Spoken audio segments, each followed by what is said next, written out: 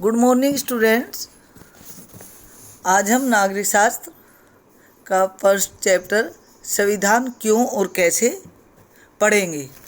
बच्चों, सबसे पहले बात आती है कि संविधान क्या है या संविधान का क्या अर्थ है। तो संविधान वह लिखित दस्तावेज है जिसमें किसी भी देश का शासन चलाने के लिए उसमें नियम बनाए जाते हैं, सिद्धांत बनाए जाते हैं कि किस तरह हम अपने देश को चलाएंगे। या हम इसको कह सकते हैं कि संविधान में भी कानून या नियम सम्मिलित होते हैं जिनके अनुसार सरकार के रूप और नागरिकों के प्रति उनके अधिकार और कर्तव्य और इसके प्रति नागरिकों के अधिकार और कर्तव्य निश्चित किए जाते हैं। उसको हम संविधान कहते हैं। यानी जिसमें सरकार के क्या अधिकार होंगे, सरकार के क्या कर्तव्य होंगे और जनता के क्या अधिकार होंगे और जनता के क्या कर्तव्य होंगे, इसको हम लिखित रूप में जब हम लिख लेते हैं तो उसको हम संविधान कहते हैं। यानी वह दस्तावेज जिसमें किसी भी देश को चलाने के लिए नियम और सिद्धांत लिखे जाते हैं उसको हम संविधान कहते हैं। शायद आपको समझ में आ गया होगा अब कि संविधान क्या है। फिर भी अभी हम इसको थोड़ा और क्लियर करते हैं कि किसी देश का संविधान उसकी राजनीतिक प्रक्रिया का वह मूलभूत ढांचा निर्धारित करता है जिसके द्वारा उसकी जनता शासित होती है। यानी जनता पर किस तरह शासन किया जाएगा इसका निर्धारण हमारा संविधान करता है। दूसरे, संविधान किसी राज्य की सरकार के तीनों प्रमुख अंगों, कौन कौन से अंग? विधायिका, कार्यपालिका और न्यायपालिका की स्थापना करता है। विधायिका किसे कहते हैं हम? विधायिका किसे कहते हैं बच्चों? विधायिका कहते हैं जो कानून बनाती है, यानी जहाँ पर हम बैठकर कानून बनाते हैं, कर्तव्यों का निर्धारण करते हैं, अधिकारों का निर्धारण करते हैं।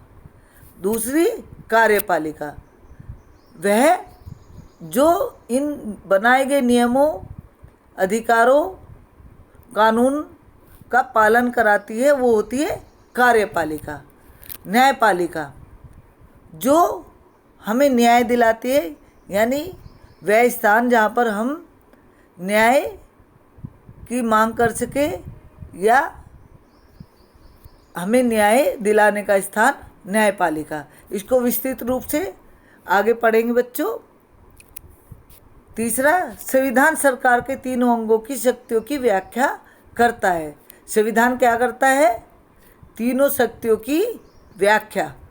जो तीनों शक्ति, कौन कौन सी शक्ति? तीनों, विधायिका, कार्यपालिका और न्यायपालिका, इनकी शक्तियों की व्याख्या, यानी इनके पास क्या क्या अधिकार होंगे, इसको विस्तृत रूप में कौन बताता है? संविधान।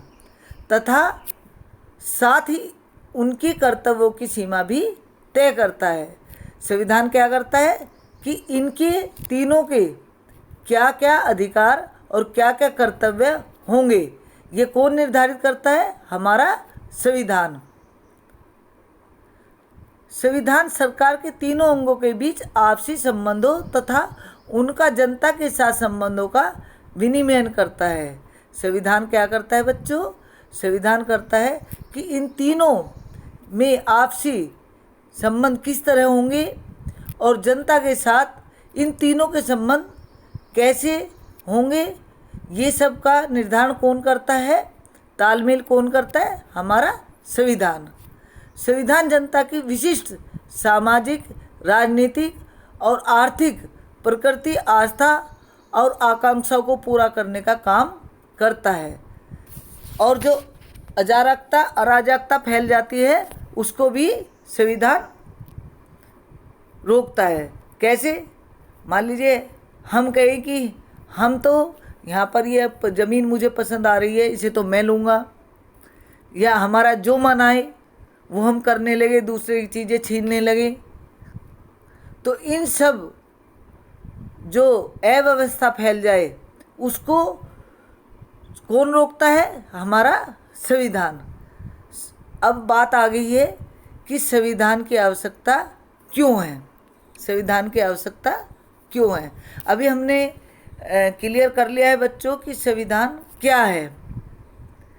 आपको समझ में आ गया होगा संविधान। अगर नहीं समझ में आया, फिर भी आपको थोड़ा कोई डाउट है, तो आप व्हाट्सएप क्लास में या इनबॉक्स में पूछ सकते हैं। मैं फिर दोबारा प्रयास करूंगी कि संविधान क्या है समझाने का। अब बात आ गई है कि संविधान की आवश्यकता क्यों है। बच्चों, मनुष्य एक सामाजिक प्राणी है। समाज विभिन्न प्रकार के समुदायों से बनता है। इन समुदायों में तालमेल बैठाने के लिए ही संविधान जरूरी है। अभी जो मैंने बताया कि हम अपनी मनमर्जी ना कर सके।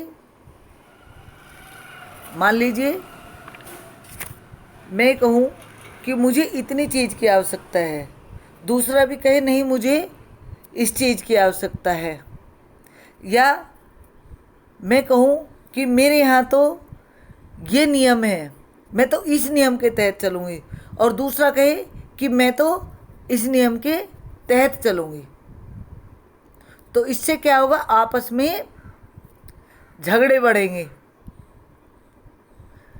जिससे अव्यवस्था फैलेगी।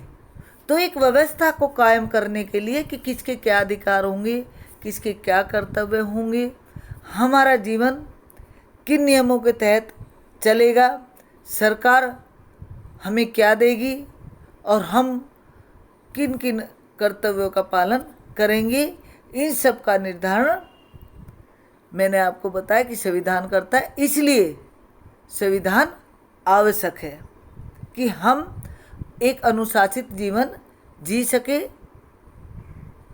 हम किसी भी अव्यवस्था के बगैर जीवन यापन कर सके। इसके लिए संविधान आवश्यक है। संविधान जनता में आपसी विश्वास पैदा करने के लिए मूलभूत नियमों का समूह उपलब्ध कराता है। संविधान क्या कराता है कि हम आपस में विश्वास करें, हमें विश्वास हो कि ये हमारे लिए सही है और ये हमारे लिए गलत है, हम एक दूसरे पर विश्वास कर सके। इन सबको कौन हमें उपलब्ध कराता है? संविधान। अंतिम निर्णय लेने की शक्ति किसके पास होगी? संविधान यह तय करता है। बच्चों, मान लीजिए झगड़ा हो जाए या कोई आपस में वैचारिक मतभेदता हो जाए या अन्य कोई और भी कारण हो, तो उस पर अंतिम निर्णय कौन लेगा? संविधान बताता है कि इस पर अंतिम निर्णय कौन लेगा। आप देख रहे होंगे इस क्लास में क्या होता है, बच्चों का झगड़ा हो जाता है, तो आप मैम को कहते हो, अपनी क्लास टीचर को, फिर क्लास टीचर पे भी नहीं होता तो किसके पास ले जाती है? वो प्रिंसिपल मैम के पास ले जाती है। तो एक नियम है जैसे विद्यालय का, तो ऐसे ही देश का नियम और कानून बनता है कि अंतिम निर्णय कौन लेगा। यानी अगर किसी विषय पर निर्णय कई वैचारिक भिन्नताएं आ जाए तो उस पर अंतिम निर्णय कौन लेगा? इसके निर्णय कौन करता है? हमारा संविधान करता है। ठीक है बच्चों, अब बात करते हैं संविधान सरकार निर्माण के नियमों, उपनियमों तथा उनकी शक्तियों एवं सीमाओं को तय करता है। संविधान क्या तय करता है कि सरकार का निर्माण कैसे होगा, सरकार की क्या क्या शक्तियाँ होंगी और सरकार की शक्तियों की क्या सीमा होगी। इन सब का निर्धारण कौन करता है? संविधान। तो इसलिए संविधान आवश्यक है कि वो शक्तियों का निर्धारण कर सके। फिर बात आती है बच्चों, एक न्यायपूर्ण समाज की स्थापना के लिए भी संविधान जरूरी है। अभी जो हमने बात बताई कि न्याय कर सके, सबको जीने के समान अवसर प्रदान हो, किसी के साथ भी अन्याय ना हो, समाज में सभी बराबर रहें, इसके लिए संविधान की आवश्यकता है। आपको समझ में आ गया होगा बच्चों कि संविधान की आवश्यकता क्यों है।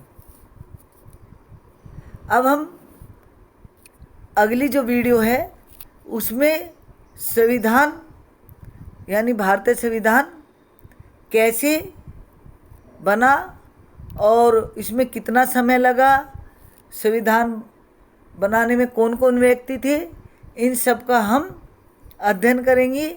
अभी क्योंकि आपका पहला दिन है, मैंने छोटी वीडियो बनाई है।